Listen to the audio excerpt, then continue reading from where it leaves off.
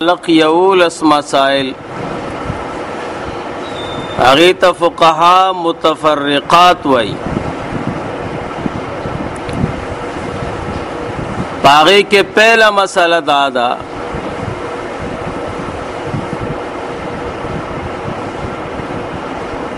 چیو ماشم عاقل وی او طاقت دروجی لری روزه نیولې شي نو پلار به ورته وایي چې روزه ونیسه کنه نو وایي به یو ماشوم روزه نیولې شي اگر کې په روزه فرض نه ده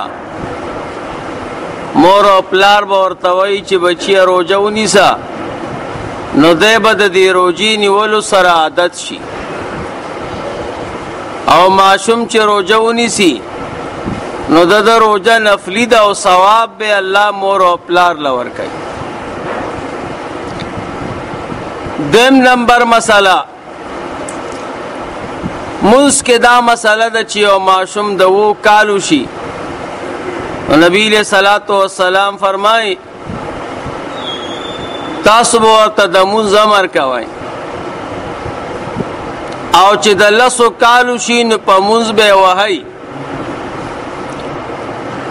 نو روزه کې دا مسله ده چې د 2 کالو وي او د روزې طاقت لري اوس خو روزې سخت دي اوس ماشومان سکه چې غټان سم نشي نیولې دا چې کله ماشوم طاقت لري نو چې سرنګ د موس حکم دی چې د 2 کالو شي امر به ورته مور او پلار کوي په موس او چې د 10 کالو شي وهي به نو دقه رنګ روزه هم ده. دریم نمبر مسئلہ لس کسان دی لس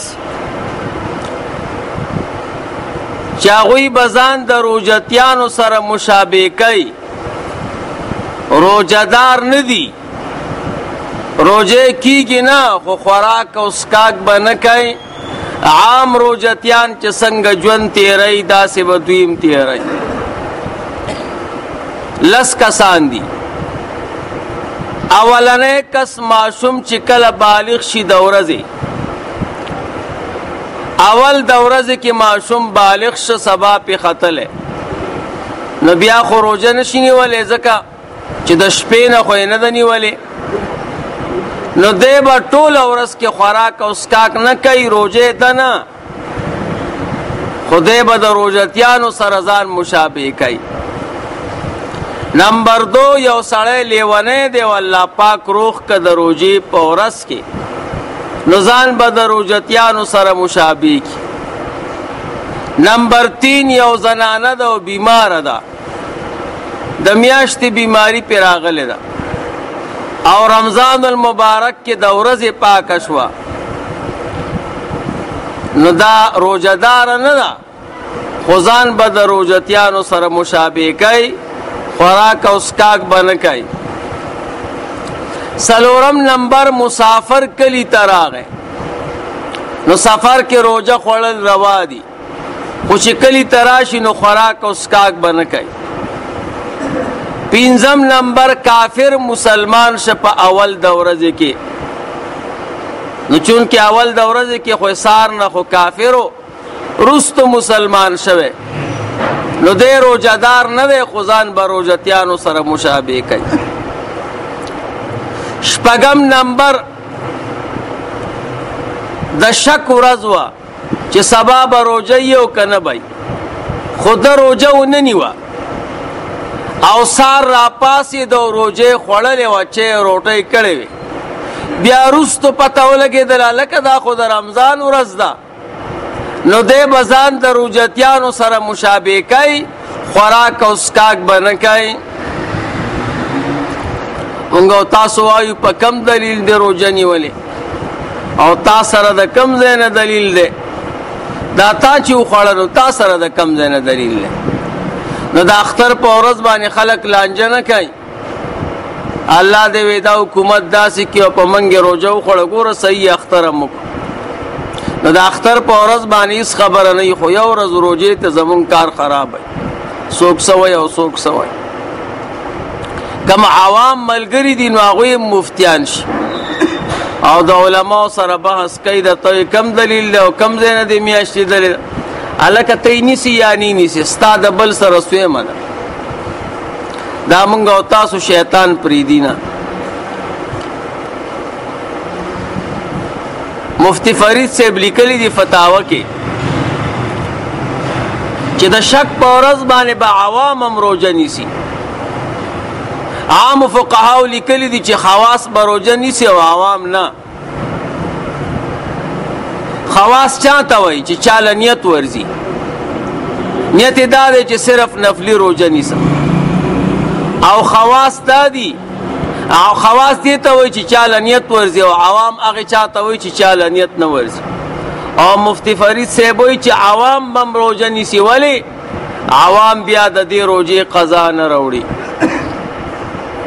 نو ښه خبره دا ده چې ویې نیسي. او موږ وایو څه دلیل دی او کم ځای نه دی، او هېڅوک هم بیا قضا نه راوړي. اووم نمبر، یو سړي پېشمنۍ وکړه او ته یې ګمان و چې سبا ختلی نه دی، او بیا چې پته ولګېدله سبا خو ختلی او 20 منټه د پاسه و، نو دی روژهدار نه دی، خو ځان به د روژهتیانو سره مشابه کوي، خوراک او څښاک به نه کوي. اتم نمبر، هغه کس چې هغه خوراک وکړه او دی ګمان و چې نور پرېوتی دی، اسمان کله وریځي نو سمه تیارۍ، نو سړی وایي چې ماښام دی. د خوراک وکړه چې ناوخته دی او ماښام دی، او بیا وروسته پته ولګېدله نور ولاړو، نو دی روژهدار نه دی، خو ځان به د روژهتیانو سره مشابه کوي، نور خوراک به نه کوي. نهم نمبر کس هغه څوک چې هغه روژه وخوړه په خطا، په هیره روژه نه ماتېږي او په خطا ماتېږي. هیره دې ته وایي چې تا ته روژه نه یاده، خطا دې ته وایي چې روژه درته یاده ده خو ته خوله کې اوبه اچې او تا نه تېرې شوې. نو چې په خطا څوک روژه وخوري روژهدار نه دی، خو ځان به د روژهتیانو سره مشابه کوي، خوراک او څښاک به نه کوي.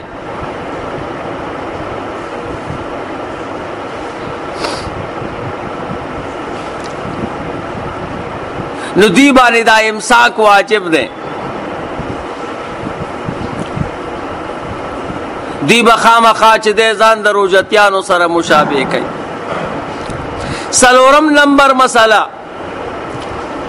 یو زنانه چې په روژه کې بیماره شي، د میاشتې په بیماری، یا یو د زنانه اولاد پیدا شو، یا مسافر دی یا بیمار دی، دا څلور واړه کسان خو د روژې نه بند دي، روژه خو نه نیسي، خو ځان به د روژهتیانو سره مشابه کوي که نه؟ نو نه. زنانه بیماره ده خوړی شي، یا یې بچی پیدا دی خوړی شي، یا مسافر دی یا بیمار، ځان به د روژهتیانو سره مشابه کوي نه. پنځم نمبر مسله، کم زنانه باندې چې د میاشتې بیماری ده یا اولاد پیدا دی، دا زنانه چې خوراک کوي نو په ښکاره به کوي که په پټه؟ نو ښکارم کولی شي او پټم کولی شي. د علماو پکې دوه قوله دي، بعضې علما وایي ښکاره به کوي او بعضې علما وایي پټ به کوي. معنی دا ده چې ښکاره هم کولی شي او پټ هم کولی شي. او بیمار او مسافر سړی چې روژه خوري نو ښکاره به یې خوري که پټ؟ نو ښکاره، ګناهګار نه دی ورباندې. شپږم نمبر مسله، چا چې نفلي روژه ونیوه او بیا روژه ماته کړه نو دی به د دې روژې قضا راوړي، که دا روژې خپله ماته کړه او که بل چا پې ماته کړه، په زور یې رونیوه او خوله کې ورته اوبه واچو، نو د دې روژې قضا پېشته. اووم نمبر مسله،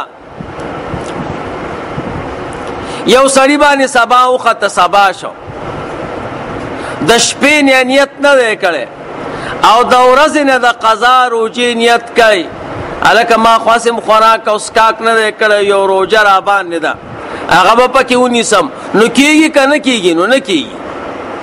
د قضا روجې دپاره شرط دا دی چې د شپې نه به نیت کوې. خو اوس د ټوله ورځ روژه نیولې ده نو دا روجې د نفلو نه کېږي که نه کېږي؟ او دا روجې د نفلو نه شوه او که د نیت نه پسې خوراک وکړه نو د دې قضا به راوړي. بیا چې نیت دې وکړه نو خوراک به بیا نه کوې، که دې وکړه نو بیا یې بله قضا در باندې ده. اتم نمبر مسله، د رمضان المبارک نه علاوه چې څومره روجي دي او چا وخوړي نو کفاره پې شته که نه؟ نو نه، کفاره چې ده دا د رمضان خصوصیت دی، نورو روجو په خوړلو کې کفاره نشته. نهم نمبر مسله، کفاره څه ته وایي؟ کفاره دې ته وایي چې چا د رمضان روجه وخوړه نو دا به غلام آزادی. اوس خو غلامان نشته نو که غلام پیدا نه که نو شپېته روجي به نیسي پرله پسې، یو بل پسې به نیسي، معنا 2 میاشتې به روجي نیسي. داسې 2 میاشتې چې په هغې کې د لوی اختر میاشت او د وړوکي اختر میاشت را نشي، ځکه د لوی اختر په ورځ خو روژه نیول ناروا دي او دغه رنګې د وړوکي اختر په ورځ. داسې 18 ورځې به خاص کوي چې په هغې کې داسې ورځې نه راځي چې په هغې کې سړی روژه نشي نیولی. او که د روجې طاقت یې نه و، غریب کمزوری دی، نو بیا به 18 مسکینانو ته روټۍ ورکي او که پیسې ورکوي نو هم ټیک ده، 100 روپۍ تقریبا راځي. لسم نمبر مسله، که سړی په یو رمضان کې ډېرې روجې وخوړې، چا د رمضان یوه روجه وخوړه او قصدن او عمدن نو 18 روجې به نیسي، نورې او یو به د دې قضا راوړي نو یو 18 شوې. نو نن یې داسې کار وکړه نو 18 روجې خو به نورې نیسي، خو سبا یې هم داسې کار وکړه او بله ورځ یې هم داسې کار وکړه، روجه ونیسي او بیا یې وروسته وخوري نو څو کفارې به ورکوي؟ نو یوه کفاره به ورکوي. که د 10 ورځو سره داسې کار وکړه نو هم یو کفاره ده، د دې روجې قضا به راوړي او یو کفاره به ورکړي. که یو سړي داسې چل وکړه چې د رمضان روجې وخوړه قصدن او کفاره یې ورکړه، کفارې نه فارغ شو بیا بله ورځ روجه وخوړه نو بله کفاره به ورکوي او بیا به دویمه کفاره ورکوي.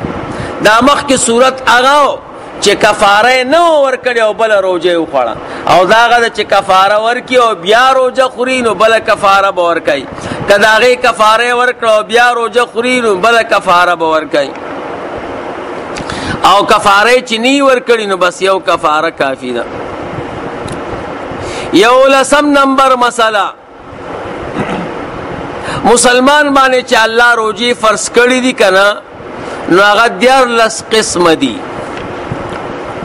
14 قسمه روجې مسلمان باندې فرض دي، دې ته خیال کوئ. 9 قسمه فرضي روجو کې دا مسله ده چې پرله پسې به نیسي، یکې بعدی ګرې یو بل پسې به متصل نیسي. 9 قسمه روجې داسې دي.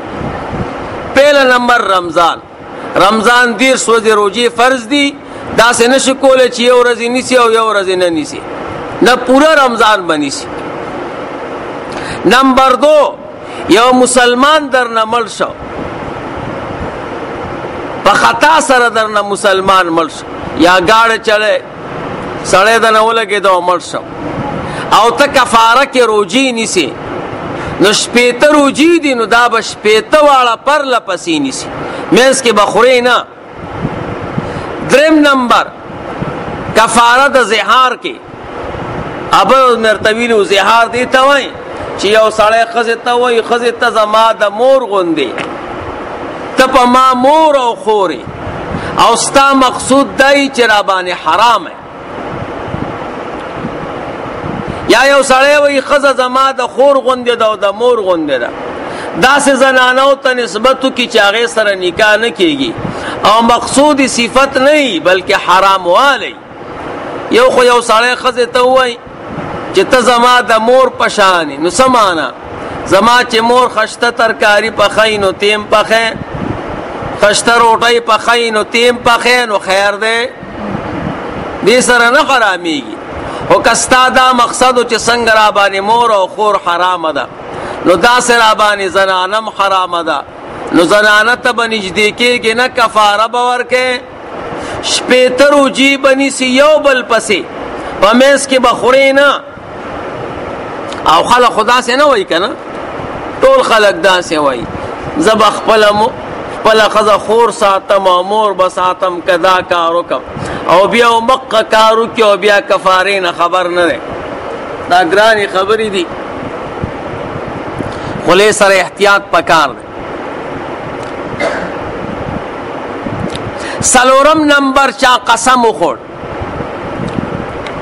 زه به دا کار نه کوم او بیا وکړه، نو دی به 3 ورځې روژه نیسي، خو دا 3 ورځې روژه به پرله پسې نیسي، منځ کې به قضا کوي نه. 5م نمبر د رمضان روژه قصدن او عمدن وخوړه او دی کفاره راوړي 80 روژې، نو دا به پرله پسې نیسي. 6م نمبر نظر یې وکړه زه به 10 ورځې روژه نیسم، دغه خاص 10 ورځې، نو دغه خاص 10 ورځې چې یاد کړې نو دا به پرله پسې روژه نیسي. 9م نمبر خاص قسم وخوري، خاص قسم معین، نو دا غیر روجی چې نیسي نو پرله پسې. نو دا 2 قسمه روجی داسې دي چې دې کې تتابع ضروري ده. 6 قسمه روجی داسې دي چې په هغې کې تتابع نشته، پرله پسې والی نشته. نمبر 1 د رمضان المبارک قضا. نمبر 2 الله دې مونږ او تاسو ټول حج د بیت الله شریف ته بوځي.